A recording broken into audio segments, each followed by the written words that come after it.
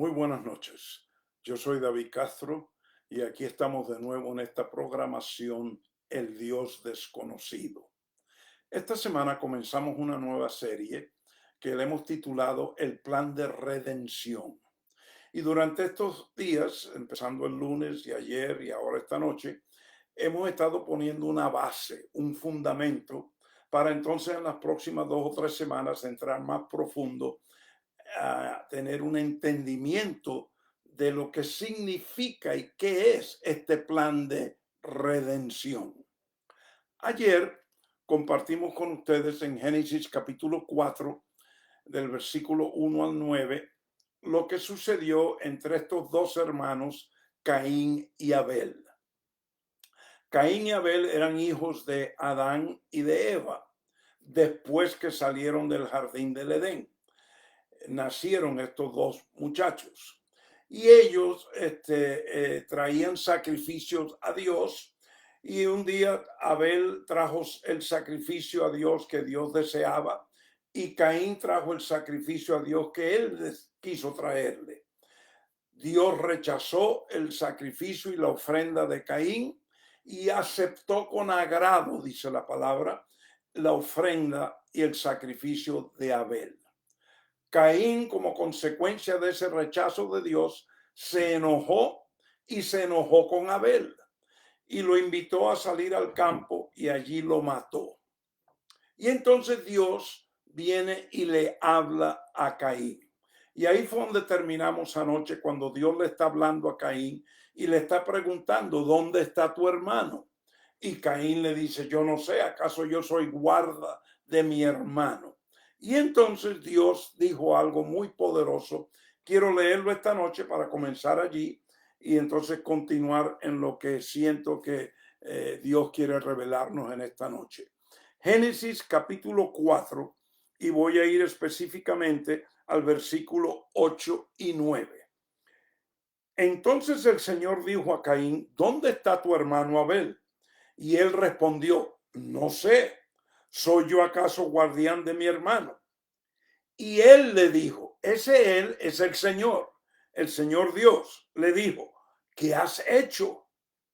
La voz de la sangre de tu hermano clama a mí desde la tierra.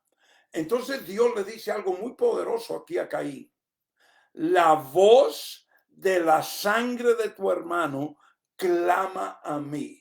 En otras palabras, Abel había derramado sangre como consecuencia de las heridas que había recibido de parte de su hermano, de los golpes que le había dado. Cuando esto sucedió, no existían las armas que existen hoy. Y lo más probable es que Caín golpeó al hermano de alguna forma y el hermano derramó sangre. Y ahora Dios le dice a Caín, cuando Caín dice, yo no sé dónde está mi hermano, ¿acaso soy guarda de mi hermano? Entonces Dios le dice, mira Caín, ¿qué has hecho? Porque la voz de la sangre de tu hermano, esa sangre que tu hermano derramó, esa voz está clamando a mí. Vuelvo a leerlo, versículo 9. El 10, perdón. ¿Qué has hecho? La voz de la sangre de tu hermano clama a mí desde la tierra. En otras palabras, Dios está diciendo, esta sangre que derramó Abel está clamando. En esta noche no vamos a hablar específicamente qué clamaba esa sangre. Eso lo vamos a hablar en otra ocasión. Pero ahora yo quiero que vayas conmigo al libro de Hebreos. El libro de Hebreos al capítulo 12. Hebreos capítulo 12. Porque aquí en Hebreos 12, Dios inspira al que está escribiendo esta carta a los hebreos, y Dios inspira a escribir unos versículos que voy a leer ahora, y Dios inspira al que escribe la carta a los hebreos a hacer mención de la sangre de Abel. Mira lo que dice Hebreos capítulo 12. Vamos a empezar en el versículo 22. Versículo 22 de Hebreos capítulo 12.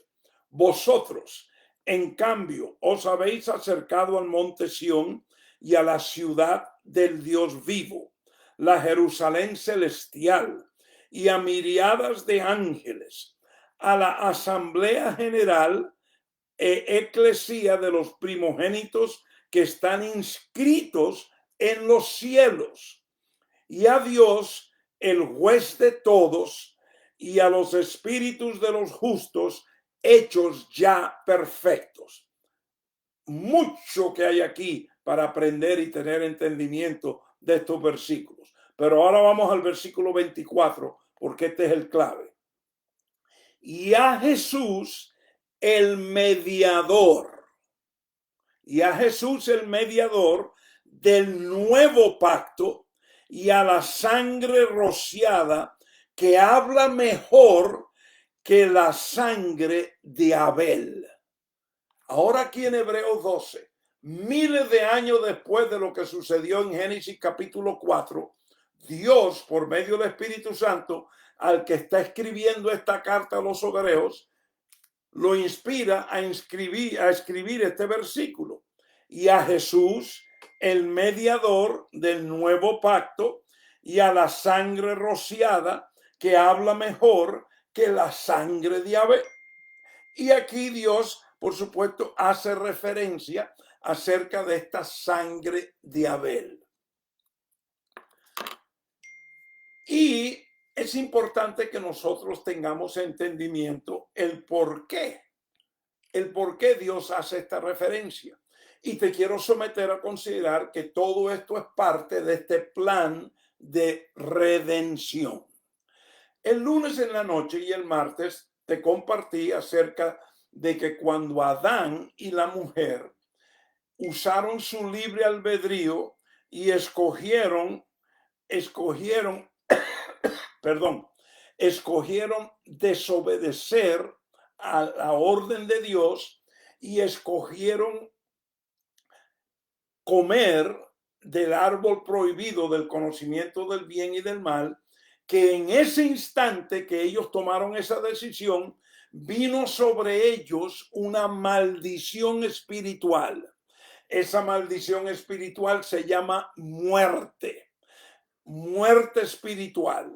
Ya yo les expliqué que la muerte espiritual significa separación entre el hombre y su creador, separación entre el hombre y la mujer y Dios. Y cuando el hombre, por haber escogido desobedecer, entonces cae esta maldición de muerte espiritual. En ese momento el hombre fue descualificado de poder gobernar, sojuzgar y reinar sobre la tierra.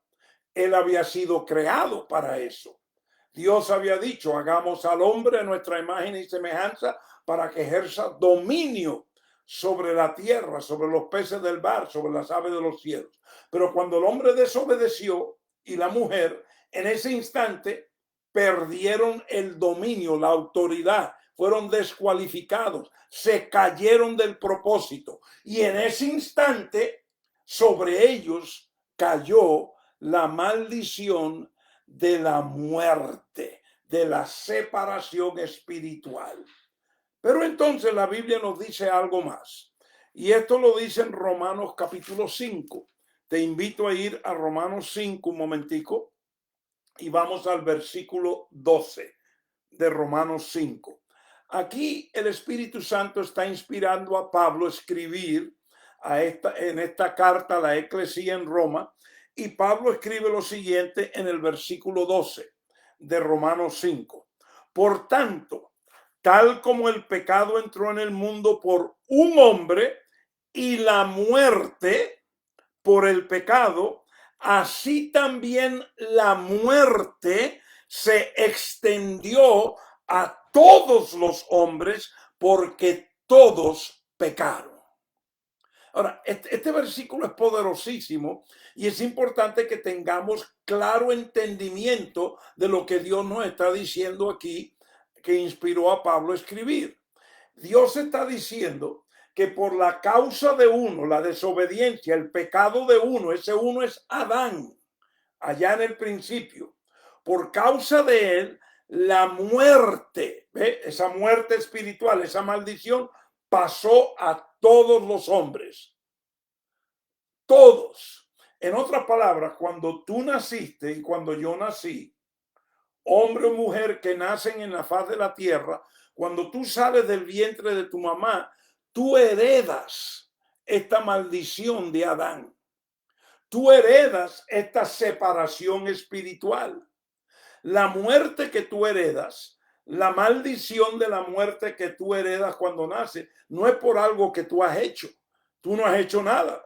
Tú estabas siendo formado y formada en el vientre de tu madre y entonces naciste, pero en el momento que saliste del vientre de papá y mamá, del vientre de mamá, perdón, en el momento que saliste del vientre de mamá, naciste con una maldición y una condena eterna que es muerte, separación espiritual. Naciste separado de Dios, separado de tu creador. Vuelvo a enfatizar, no por nada que tú hiciste, no por nada que hizo tu papá y tu mamá, ni tu abuelo, ni la cuarta generación antes de ti. No, por lo que hizo uno, Adán. Déjame leer el versículo otra vez. Romanos 5:12. Por tanto, tal como el pecado entró en el mundo por un hombre y la muerte por el pecado, así también la muerte se extendió a todos los hombres porque todos pecaron. Ahora, mira ahora lo que dice el versículo 18. Tengamos claro, la separación espiritual, o sea, la muerte, la hemos heredado no por nada que nosotros hicimos, sino por lo que hizo un hombre. Eso es lo que dice allí. Ese hombre se llamó Adán. Él escogió desobedecer y él trajo una condena y maldición eterna a toda la raza humana. Pero ahora mira lo que dice Romanos 5:18. Romanos 5:18 dice lo siguiente. Así pues, tal como por una transgresión resultó la condenación de todos los hombres, así también por un acto de justicia resultó la justificación de vida para todos los hombres. Por uno, todos estamos condenados a muerte eterna, separación espiritual, maldición. Pero ahora dice aquí la palabra de Dios que por el acto de justicia de uno, ahora todos somos y podemos ser justificados y en vez de tener muerte eterna, entonces se nos da vida eterna. Hay un versículo en la palabra de Dios, se encuentra en Juan capítulo 3, versículo 16, un versículo muy conocido que dice, porque de tal manera amó Dios al mundo, que dio a su único hijo, para que todo aquel que en él creyera no perezca, no muera, no se pierda, no muera, no perezca, mas tenga vida eterna. ¿Ve? De muerte a vida por el Hijo que fue dado. Eso es lo que nos está diciendo Romanos 5:12 y 18. Un hombre trae la condena, la condenación de la muerte eterna, separación espiritual del hombre con Dios. Pero de la misma forma, por un acto de justicia de un solo hombre, y ese hombre es Jesús, el Redentor, entonces somos justificados y al ser justificados, entonces Dios nos da vida, vida eterna, no vida de un mes o un año o vida condicional a cómo tú te portas, no, vida eterna. La muerte vino por el acto de uno, la desobediencia de uno. La vida viene por la justicia de uno, por el acto de justicia de uno. Déjame leer el versículo otra vez. Romanos 5:18. Así pues, tal como por una transgresión resultó la condenación de todos los hombres, así también por un acto de justicia, un acto de justicia, no la justicia tuya, no la mía, no la que la religión te está diciendo que tienes que hacer y observar, sino por un acto de justicia. Jesús resultó la justificación de vida para todos los hombres. Esto es poderosísimo. En los siguientes días, especialmente la semana que viene y quizás 2, 3 semanas más, vamos a mirar muy profundo acerca de la justificación, acerca de esto que hizo Jesús por ti y por mí, acerca de esta vida eterna. Pero por esta noche regresemos a Hebreos capítulo 12. Hebreos capítulo 12 al versículo 24. Porque dice allí, y a Jesús el mediador. Ahora aquí Dios nos habla de que Jesús es mediador. En Romanos 5:18 hace un acto de justicia y por ese acto de justicia somos justificados y se nos da vida y ya no tenemos que estar bajo condenación de muerte. Pero ahora aquí en Hebreos 12 nos dice que ese Jesús es el mediador del nuevo pacto, uno, y a la sangre rociada que habla mejor que la sangre de Abel. En esta noche quiero, antes de terminar, que miremos esta palabra mediador, porque aquí en el versículo 24 esa es la palabra clave. Y a Jesús, el mediador de un nuevo pacto. Esta palabra mediador en el griego es la palabra mesites o mesites. Esta palabra mesites en el griego viene de otra palabra que es la palabra mesos, que significa la palabra mesos en el medio, en el centro, en el medio, entre dos cosas, en el medio. Eso es lo que la palabra mesos significa. Pero la palabra mediador en el griego es la palabra mesites. Mesites viene de la palabra meso. Pero la palabra mesites habla de alguien que interviene para restaurar algo. Eso es lo que la palabra mesites significa en el griego. Alguien que viene para restaurar paz, para restaurar lo que está separado entre dos personas. Eso es un mesites, es la palabra griega, un mediador. Uno que viene a restaurar paz entre dos personas, especialmente uno que viene a cumplir y a ratificar todo lo que tiene que ver con el nuevo, con un pacto, con una restauración. Esta palabra mesites es una palabra que también nos habla de alguien que viene a intervenir, alguien que viene a traer intervenir para restaurar paz y amistad entre dos que están en enemistad. Es interesante que el que escribe a los hebreos usa esa palabra griega, esa palabra griega. No olviden, esta palabra mediador que se usa aquí es alguien que viene a estar en el medio, alguien que viene a estar entre uno que está separado de otro, porque hubo un conflicto que los separó, y ahora este mediador viene para unir a los dos, para traer paz entre los dos, para que en vez de estar separados estén reconciliados. Ahora, noten, mi amada familia que me escuchas, dice Hebreos 12, versículo 24, que Jesús es el mediador del nuevo pacto.